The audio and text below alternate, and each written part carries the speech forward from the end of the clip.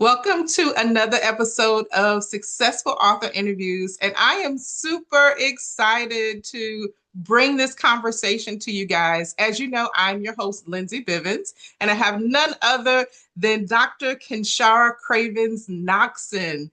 Thank you so much for joining me today. Thank you so much for having me. You're welcome. So I want you to kind of just take the floor, if you will, introduce yourself to our listeners. Absolutely. So my name is Dr. Kenshara Cravens-Knoxson. I currently reside in the Galveston County area. By trade, I am a social worker. I have my bachelor's, master's, and PhD all in social work. In my full-time capacities, I'm an assistant professor of practice at a local HBCU. Also have a nonprofit organization and a consulting organization that focuses on therapy as well as medical consultingship for social workers. Um, been in the field for a little while now. Did a lot of medical social work before transitioning into non-direct practice, being a professor in 2022. And I'm so grateful to be here, and I'm looking forward to letting you guys know more about me and the work that I'm currently doing. Awesome. Thank you so much for giving us kind of the short version. Yes. But y'all understand this. Dr. Kenshara Cravens-Knoxson has an extensive resume, y'all. Very accomplished, very successful Black woman, and more so kind of a professor, like she mentioned, owns a nonprofit doing great work in the community. But today we are here to talk about your new book. So tell Yes. us a little bit more about kind of the inspiration behind writing your newest book, which is the Medical Social Worker Playbook. Absolutely. So the inspiration, and thank you, Miss Lindsay, for not outing me. When I first met Miss Lindsay back in I think 20 or 21, I was supposed to write this book back then when I released my first book, and life lifed. So now I finally completed it. But essentially, the original intention with creating this book was the first book, Navigating the Healthcare System, was geared at healthcare clients, so patients and their Mhm. families, to help them understand the healthcare system. And so I also wanted to create something for social workers that would be working with these clients, or case managers that would be working with these clients, so that they can have some tools. Even though medical seems to be small, it can be very broad, especially for us as social workers. And so you can be a dialysis social worker, you can work in Mhm. a hospital, you can work in hospice. And so I wanted something that would be applicable for all those settings, but it can still give you some tools. So the goal was to be able to provide an educational resource for the providers, social workers that are actually providing care to the clients in the medical settings. Beautiful, beautiful. And look, you mentioned not outing you. So you are a very busy woman. In my eyes, being able to release this book now, sometimes it's about timing as well, right? You've had kind of, I know you shared this on your social media. You have a beautiful family, you Yes. have a beautiful son. So even with all of these other great accomplishments in your career, you're also doing life and building life around you. So kudos to you for kind of wearing all of the hats and making it look easy. Thank So you. Thank you. yes, I think this book also kind of highlights, at least for me, I'm so grateful to have had the opportunity to work with you. But I think this book also kind of just highlights your love for what you do in social work. Having a heart to pour back into other social workers, that's huge. Is Does that stem from kind of your path in social work? Do you feel like if this had been around when I was kind of matriculating through not only education but starting in my career field, this would have been helpful for me? Absolutely. And even though I didn't necessarily have anything tangible, I had great mentors that were like the book, but they just didn't give me the book. And so I think about those individuals who are maybe I went to school in a rural area, so it was a very small population of social workers, especially those that were in medical. So in some settings, you don't have access to a mentor unless you find someone like on a virtual platform. And so I wanted to also be able to provide something for those, that gap that we see for clinicians. But yeah, it was definitely rooted in my experience with my first social work job. I was the first social worker ever. It was a brand new hospice agency. I didn't know what I was doing. I had a Mm-hmm. mentor. She was helpful, but she wasn't there with me on the day to day. Mm-hmm. So yes, this would have been key to helping me with some of those barriers that I experienced at that time. And something else I get as you talk as well is just the idea of medical social work. I think the general, understanding of even an adult, not just children, but somebody who's not in the field, when we hear the word social work, we can automatically kind of identify with, family and children type Hmm. services, right? We can think of programs to help people get housing. We think of social work not necessarily in the medical sense. So I think another thing that your book kind of highlights is there's this whole other industry, this whole other facet of kind of marrying social work and medical that we just, maybe the average person isn't even aware of. Do you believe there's some room to educate kind of the masses about kind of this niche of social work? Absolutely. And just social work in general. One of my goals with being a professor that I include in my classroom is I expose my students to roles in social work because to your point, when I meet people today, like Mm-hmm. I'm going to an event later on and I tell them I'm a social worker, oh bless you, you work with kids. They have this idea and I do work with kids, but I don't remove them from their homes or I don't work with Mm-hmm. children protective services. I work with them in my nonprofit organization where I'm able to provide them with tools and resources to become productive adults. So I definitely like any platform that I'm invited to, whether it is Mm-hmm. social work related or not, I'm coming and I'm speaking about social work and I'm educating people on the Mm-hmm. things that we can do in social work. Like some people don't even know we do therapy as social Yeah, workers. So yes, it is that's good. definitely room to educate the masses. That is good stuff. And that's something that I learned purely by working with you, honestly. Otherwise, I just had this one-dimensional thought about what social work looks like.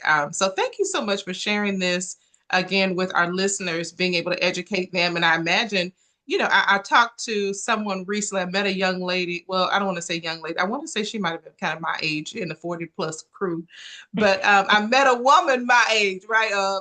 But she was sharing how she was changing career fields.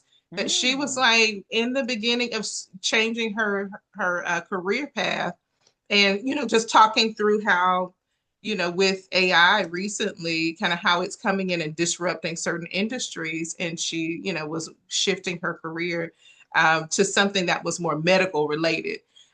So yeah, I think this is an interesting conversation. Again, even for people who are considering not only social work, but potentially medical social work. This is a great book to learn about the different roles and how to navigate them. So, thank you so much for sharing this. I want to take an opportunity to really point people to where they can get a copy of the Medical Social Work Playbook. So, Kenshar, do you want to share kind of where people can find you and how they can order a copy of your book? absolutely. So if you just want to find me, my website is themedicalsocialworker.org. And then the book is on Amazon. You can search my name, Kenshara, and it'll pop up. You can search my whole name or you can search the playbook. But it will definitely come up on those platforms. Awesome. Thank you so much for sharing that.